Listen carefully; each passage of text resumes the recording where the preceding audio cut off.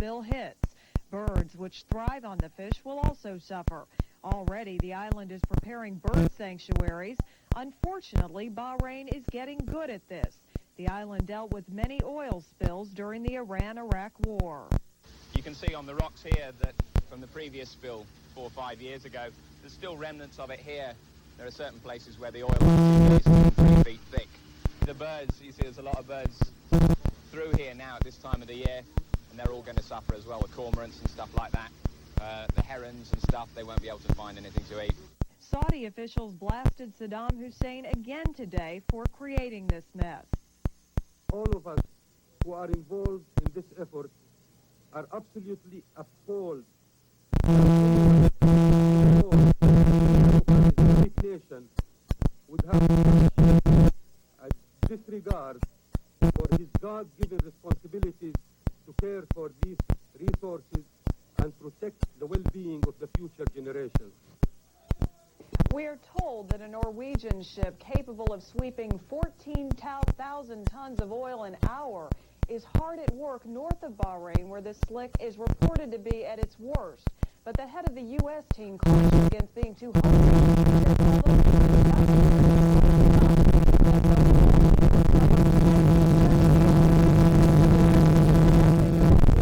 contain the spill and keep it away from those desalting plants. Okay, Brooke Bradley reporting to us live from the satellite desk. Thank you, Brooke. The United States Postal Service is stepping up security measures because of the threat of terrorism.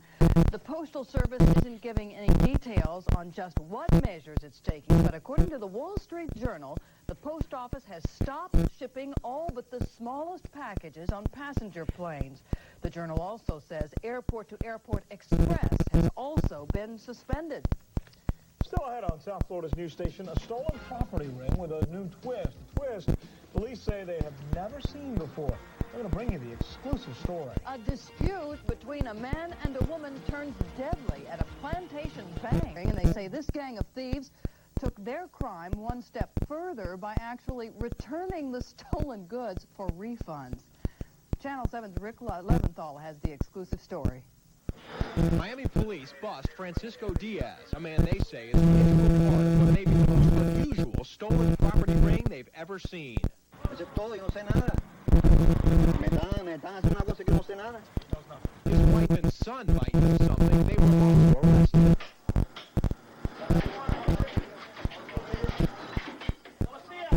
The ring allegedly operated out of the Princess Hotel at 49th and Flagler. This one room contained racks of stolen clothing and other property. Elsewhere, police found boxes full of shirts, bags full of dresses, all sorts of merchandise still bearing store tags.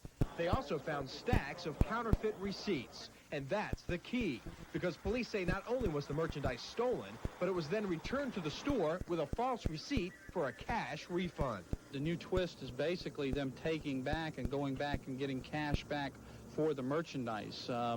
This is new to us and something that we wanted to bust in the middle and try to find out who all the players were. At first glance, this stack of merchandise might not look that impressive, but when you start adding it up, it's quite a haul. This stack of Ralph Lauren shirts is worth several $100s. This one watch retails for $695. In all, police say the merchandise could total several $100,000. And there's more, a Cuban connection. Apparently, some of the clothing was being shipped to Cuba with receipts to prove it. And the motel was more than a front for the ring. Detectives say rooms like this were often used for prostitution. Now, police will search for more suspects while they document the countless pieces of evidence. In Miami, Rick Leventhal, Channel 7 News. Well, police are still trying to figure out all the stores that may have been victimized. They are also looking for the print shop where the phony receipts were made. Again, we have just learned a jury has in fact come back with a verdict in the case against Wayne Coleman. You may recall, Wayne Coleman is being accused of shooting and killing Jack Greeny. He is a sheriff's deputy in Broward County. We have not yet been able to link up with our reporter, John Turchin, on the scene. He is standing by live. As soon as we are able to make that connection, we are going to take you to that story and find out exactly what the verdict is. On University Drive, police say he went there to look for his girlfriend. They say he then jumped the telecounter, grabbed his girlfriend, and fired to the desert so they'd have a place to actually hit him. In other words, so they'd be more as sitting ducks. As we had the night before when they shot down 24 tanks.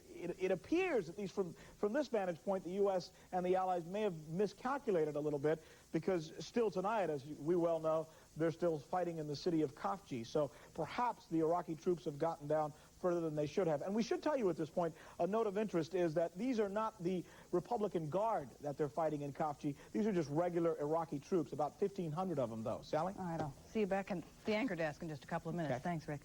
A tearful scene in Virginia today as family members said goodbye to relatives setting sail to the Gulf. More than 13... No se repita muy a menudo.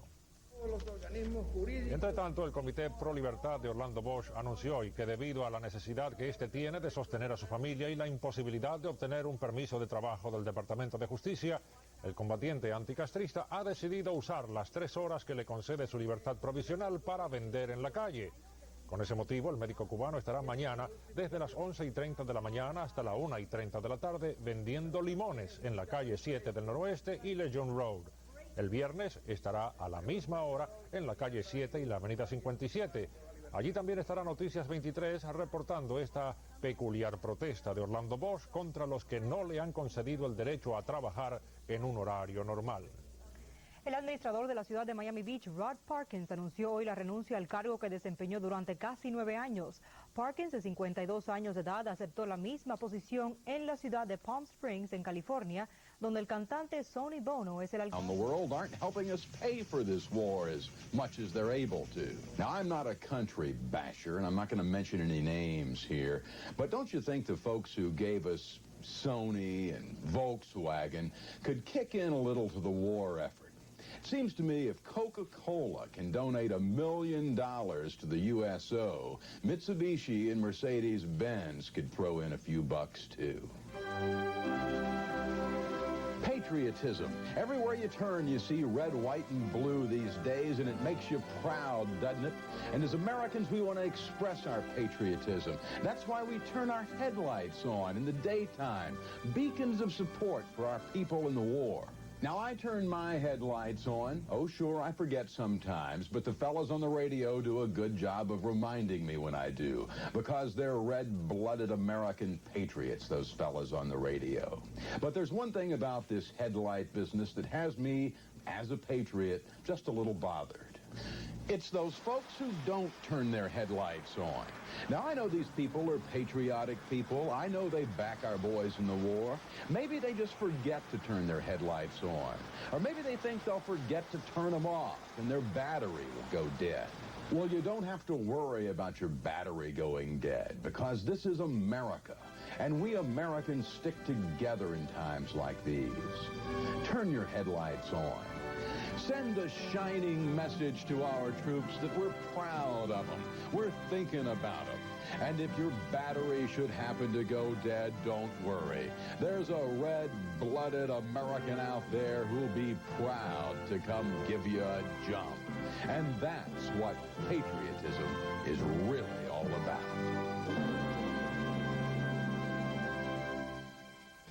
An idea that started on this island. Actually next door, though. Got to give the credit to WIOD on that one. Good night, everybody. Good night. See you tomorrow. Channel 7 News brought to you in part by Midas Muffler and Brake Shop.